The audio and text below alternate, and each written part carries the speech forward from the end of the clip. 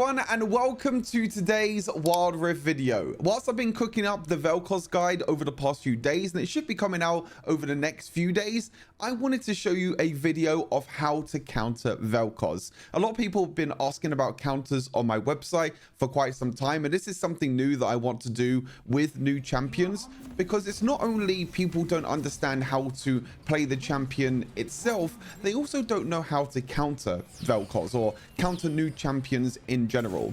Now, Vel'Koz is a long-range mage, long-range artillery mage that wants to sit on the back line, use all of his abilities, and do a lot of damage.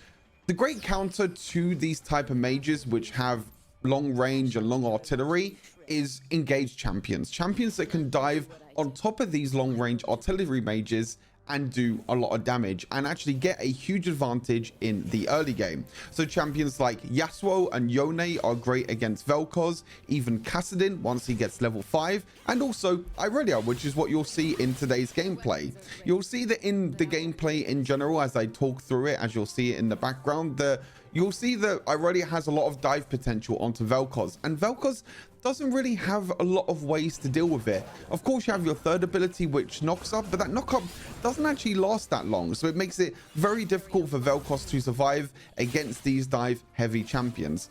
Now, of course, I'm not an Irelia main by any stretch, but I think this gameplay will just show you how you can counter Vel'Koz and how you can get a really early lead, because these long range mages don't have really a lot of advantages and not of damage in the early game. So you'll see me a lot try and fetch for early picks or fetch for early stuns with my third ability and try and stack my passive as much as possible to try and get some kills.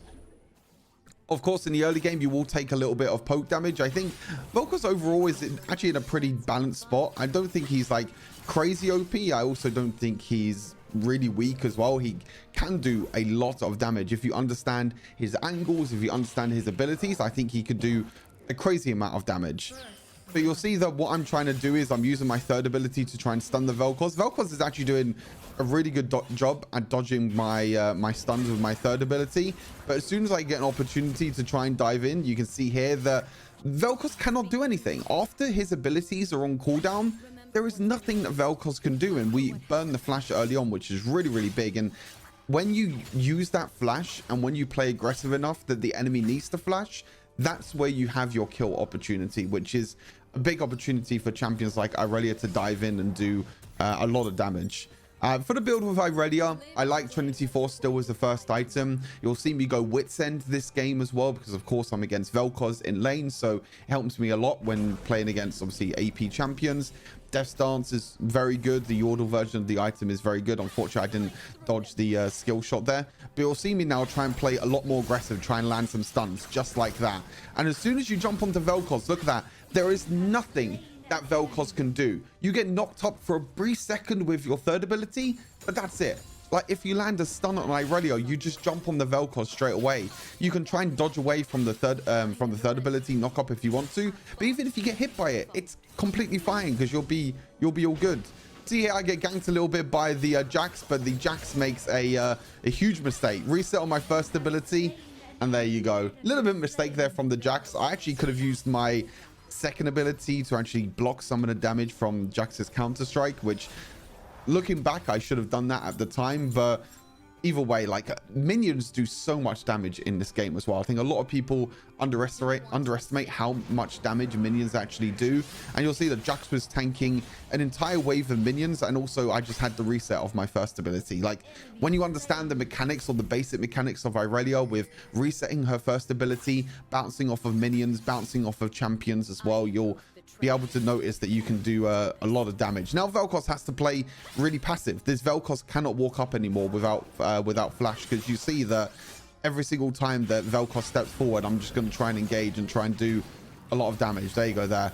Take a little bit of damage from Vel'Koz ulti, but that's completely fine. I don't think that's too big of a worry in this situation of the game. Just go back, get the heal, and just keep on looking for engages. And you'll do this cycle over and over again against Vel'Koz when you're playing Irelia, when you're playing Yasuo. Every single time that Vel'Koz's abilities are off cooldown, you want to look to engage. You want to look to dive in. And again, you need to get an advantage early game. The big thing about this counter matchup is you trying to get a lead in the early game. You need kills in the early game. If you just play passive with these champions like Irelia, Yone, and Yasuo, you're not going to get a big enough advantage, and then these long-range mages are just going to outscale you, and they're just going to do a lot more damage than you in the late game. So it's all about trying to deal enough damage in the early game and get some early kills to be able to carry later on. You see here I'm diving on top of the Jax, but can't really do much more at the moment. I'm just diving in, just trying to do as much damage as possible. Nocturne there, but unfortunately no ultimate, so can't really dive onto Jax. But you even saw my damage against Jax there as well. Trying to stun the Vel'Koz. Really nice dodge again from the Vel'Koz. Like I said, I think this Vel'Koz is actually playing this matchup pretty decently, to be fair. I think it's just very difficult, again, as I mentioned, to try and you know, try and 1v1 Irelia. Fortunately missed the ultimate there. Again, pretty nice dodge from the Vel'Koz. I think most of the time you actually want to wait to use your ultimate. I thought I was close enough to Vel'Koz that I can actually hit my ultimate there, but unfortunately I wasn't. And a big spike as well with Irelia is when you get Sheen, because your Sheen works on your first ability because it works with on-hit items. So if you use your Sheen with your first ability, again, you'll be able to do a lot more damage, which is one of the other reasons as well why I was able to get that early kill onto the Vel'Koz. But I missed my ultimate. Again, I think it's completely fine if you miss skill shots. Like, you miss your third ability, you miss skill shots, because that will happen when you're fetching or when you're trying to get kills. That sort of thing is always going to happen. Again, I land my third ability here. I look for an engage, get the reset on my first ability, and there you go. There's another kill. So it's about fetching. It's about trying to use your skill shots, trying to get used to these sort of champions. Again, you'll see me miss some abilities, but that's completely fine. As long as I'm attempting to try and go for these plays and I'm not giving Vel'Koz any breathing room in terms of farming or in terms of trying to get minions or just playing safe underneath tower, then I can keep fetching for these plays and I can keep going for these fights, which is really important early on. I know I have such a big lead. You know, I'm 3-0 this game. I have a really, really big lead in this early phase of the game. I'm already a level head of the Vel'Koz. You'll see me again try and look for these plays. Another stun onto the Vel'Koz again. Unfortunately, this time I don't get the reset, but that's completely fine. I don't get the reset, but because I was able to jump closer and guarantee the stun, I use the ultimate afterwards to do a lot of damage, and then we get another kill.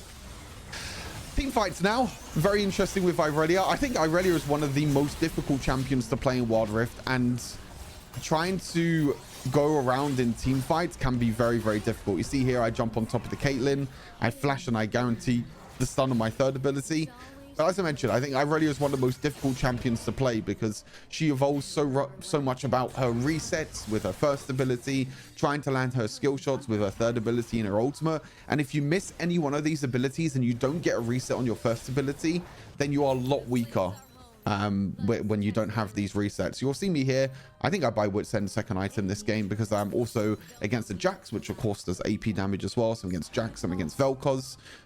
So it's expected that I go for the for Wit's End.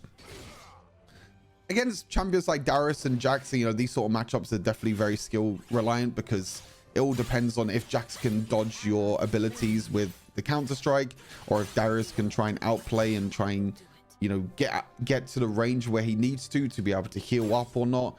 So it can be a little bit difficult against these type of champions. I think this is actually where I mess up completely. Yeah, I think I mess this up and I actually die here. I miss my third ability and I walk up. Yeah, look, see here, I just completely mess up this. This was really, really badly played, unfortunately. I mean, I missed the third ability twice. You know, when you miss your third ability twice in a row, it makes it very difficult. Because as I mentioned, you don't have your resets with your third ability or even with your first ability, so it makes it much more difficult to try and do a lot of damage. But Sion trying, nope, no Sion. Oh, he's just gonna go for the tower. I mean, Nocturne gets the kill anyway. We trade 1 for 1, but I think that just shows there that it's very difficult if you don't land your third ability. Sometimes you need to manually aim your third ability for it to be able to land. Both times there, I mean, the first time I tried to manually aim to predict the Darius movement, but he moved backwards to dodge it. But when Darius is chasing me like that, I should always manually aim my third ability because I know that Darius is going to chase towards me. But I just auto aim, and the auto aim just completely messes up and I just die there, unfortunately. So a little bit of a misplay there, but it's completely fine. We're very, very far ahead in this game, as you can tell. Darius coming again, trying to get another kill. I mean, I think I'm like 1,000 or 2,000 gold ahead of the Darius, but he was still able to 1v1 me. So you can see that if you do miss your skill shots, then you are definitely a lot weaker. I'm just going to focus the Brom here because Caitlyn is just way too far away. I should have really chased the Caitlyn. I think Caitlyn is actually in the bush. Do I catch her? Nope, I don't think I do. Nope. I think she recalled in that bush. I don't know how she recalled so quickly, but I guess that's also because the Brom was there and just being a nuisance, unfortunately. So you'll see me here again. You know, I shouldn't really be in the side lane against the Darius. The Scion should be here because I have magic resist with my items, but that's completely fine. You'll see here that once I get my resets, you can see the damage. There you go. That fight worked so much differently to the fight that I just had in bot lane. Like, if I get the resets, I can do some crazy damage. Manually aim my first ability there to stun onto the Caitlyn. Unfortunately, I get stunned by the Brom as well, but I get enough resets to do enough damage to the Caitlyn as well. Manually aiming your third ability is sometimes so important, because if I just auto cast my third ability there, it will just go on to Brom. I want to manually aim it a little bit to the right, so if Caitlyn walked forward, I stun to the Caitlyn, I get the reset on the Caitlyn, which means I can dive on top of the back line. And of course, we buy Repulsor. I think Repulsor is very important as an item for Irelia. Just guarantee stuns. I mean, I think they need to do something with Repulsor. I'll be very surprised if Repulsor doesn't get nerfed or anything like that in a new patch, whatever new patch may be. I don't know if it's next week or the week after. I think there should be a new patch relatively soon. I mean, at the moment, Wild Rift are doing like weekly patches. You know, 1 week is adventure mode, 1 week is normal patches. But the next patch should be next week or should be the week after. I wouldn't be surprised if they nerf the cooldown or something with Repulsor, or they nerf something with this boots upgrade, because spending 500 gold to basically get a free stun on any dive champion is just absolutely disgusting. And it's not only for disengage, it's also engaging as well at the same time. Like, it makes it so important. There you go. You see there, I manually aim. Unfortunately, I missed my ultimate. I manually aim my third ability to make sure that I stun the Darius. You can see here, I'm still fetching. I'm still zoning out the Caitlyn. And look at the Repulsor, man. Oh my god. I just stun the Darius up against the corner, and he just gets Repulsor stunned. You'll see here, me use my third ability on the Caitlyn. I get the reset on the minion. And Caitlyn, oh, so close. If Caitlyn didn't have flash there, it would have been really good. But the minion was low enough that I could dash forward, guarantee the stun, make it easier for me, I should say, to hit the stun with my third ability, and then try and kill the Caitlyn. But unfortunately, she had flash, and I wasn't able to do enough damage. But it was so close. Like, Caitlyn was ticking with the ignite in the end, but unfortunately wasn't able to do enough. Pretty nice Vel'Koz ulti here, to be fair, but not enough damage. Nocturne? Did Nocturne escape? Of course he escaped. I think I need Death Stance. I think I need 3 items for me to actually be useful in these later game fights. Because even though they do have a lot of AP damage, they do have a lot of AD damage as well. You'll see me here. I'm going towards the bot side because there's a huge minion wave in bot lane. This is what people don't do a lot as well in Wild Rift, is every time you come out of base, you always need to look at your side lanes, or you need to look at the enemy's minions and where you can get the most amount of gold possible. This is always a mindset that I have in Wild Rift, that you always need to look at lanes and make sure that you get as much gold as possible, because most of the time you're going to be the one that is the carry. Sometimes you won't be the carry in some of your games, but making sure that you get a lot of gold from minions in general is just very important. You'll see now that I have Death Stance. I don't really know what to go for my next item, but I think I'd probably go Twin Guard here. I think Twin Guard is a pretty good item, or Sterix. Sterix is also a pretty good item. But you'll see the gold here as well with the Vel'Koz. Vel'Koz is falling pretty far behind this game, and it makes it difficult for them to scale, because when you play aggressive in the early game against champions like Vel'Koz, they don't have any opportunities to be able to farm up, to be able to scale, and then you have such a big lead in the early game that there's not really much more that they can do. A little bit of a fight here. Scion is playing pretty damn aggressive. I'm just trying to use my stun here to try and stop. This is a terrible mistake, actually. I just realized what this play was. Yeah, I don't know why I used my third ability here onto the Caitlyn trap, but it was really bad. I try and dive in. I try and get my resets. I did get quite a few good resets there, but so did Darius. Darius got a few resets on his ultimate, but I don't know why I used my first ability when I saw the Caitlyn trap right underneath me.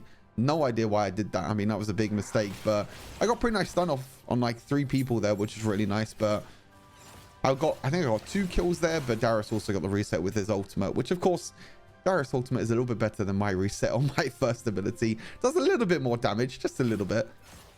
Actually, a lot more damage, if you can't tell the sarcasm in the end.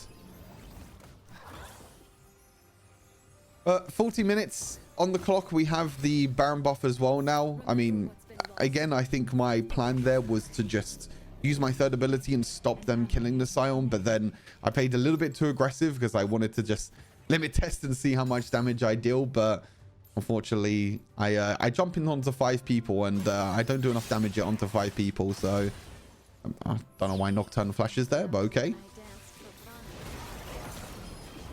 Vel'Koz, you are a dead bug. Oh, or void, or whatever you are. I don't know what Vel'Koz is. He's a void, but he's a bug. He's got one eye.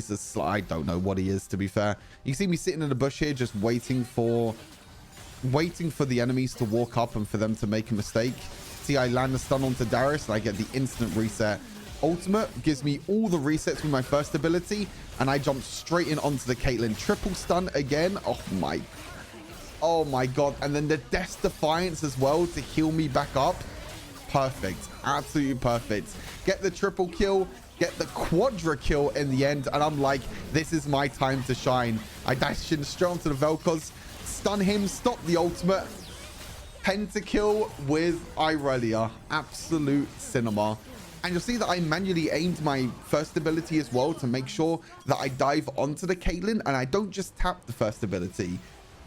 Some people on Irelia will just tap the first ability and just focus on getting the resets with my first ability. But if you see in that last team fight, I actually go back here and show you the last team fight. So I sit in the bush here. I just wait for the Darius to kind of walk up. I manually aim my third ability, you'll see here, to stun onto the Darius and get the reset again. I ultimate here onto 3 enemies, but you see, instead of tapping my first ability, I actually go straight in onto the Caitlyn, and then I wait to stun the Caitlyn to get another reset. So I'm getting like 3 or 4 resets of my first ability here, and then you'll see that my healing just becomes way too much with Death's Defiance as well, which is so important. And even though I don't get the reset here onto the Vel'Koz, I want to dive on top of him to stun him so I can stop his ultimate and stop him doing damage.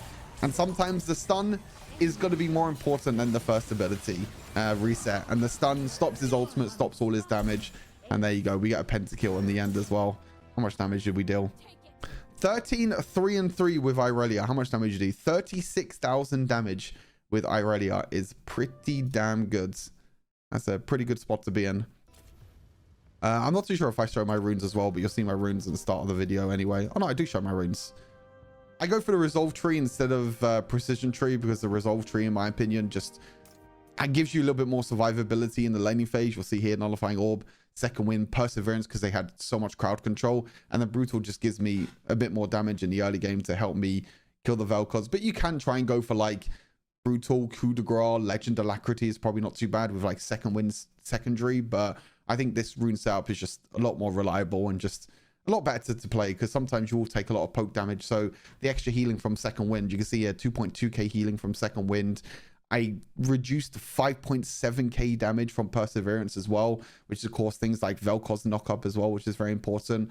The nullifying orb saved me a few times as well. So yeah, hopefully you learned a thing or two about countering Vel'Koz and learning how to counter him. Of course, as I mentioned, any dive champions are very good against these artillery mages, like Kassadin, Yasuo, Yone, or even champions like Irelia. These champions historically are just a lot more difficult to play, like Yasuo and Yone, but if you understand the champions, you know how to play against them, you don't need to ban Vel'Koz. You can just leave Vel'Koz open and then you'll be completely fine. So yeah, hopefully you enjoy the rest of your day. Stay safe, and I'll see you in the next wild video. Peace.